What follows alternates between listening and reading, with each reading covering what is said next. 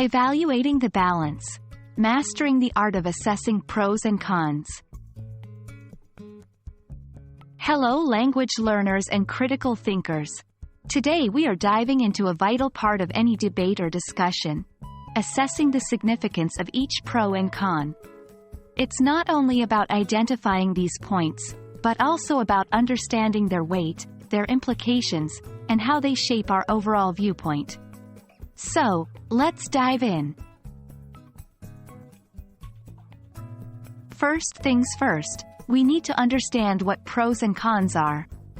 In simple terms, pros are positive aspects, benefits, or advantages, and cons are negative aspects, disadvantages, or drawbacks of any situation, argument, or decision. But remember, the impact of a pro or con can vary greatly depending on the context and perspective. When assessing the significance of pros and cons, we have to consider a few important things.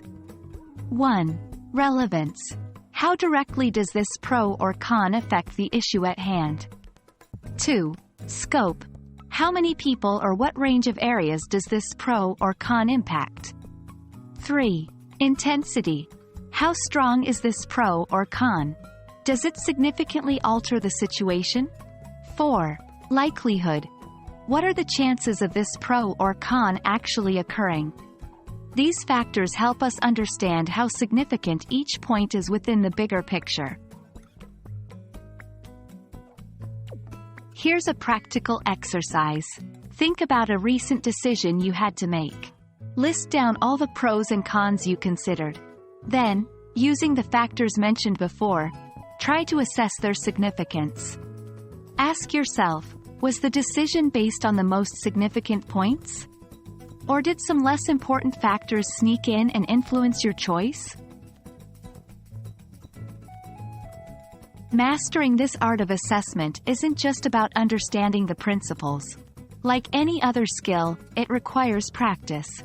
1. Engage in debates. Participating in debates or discussions on various topics will naturally force you to weigh pros and cons. 2. Analyze decisions. Analyze decisions made by others. This could be from news, books, or movies. Evaluate their pros and cons. 3. Reflect on your own decisions. Be mindful of your decision-making process. After each important decision, take some time to analyze the pros and cons you considered. And there we have it, folks. We have just learned how to assess the significance of each pro and con, a crucial skill for critical thinking, debates, and life decisions.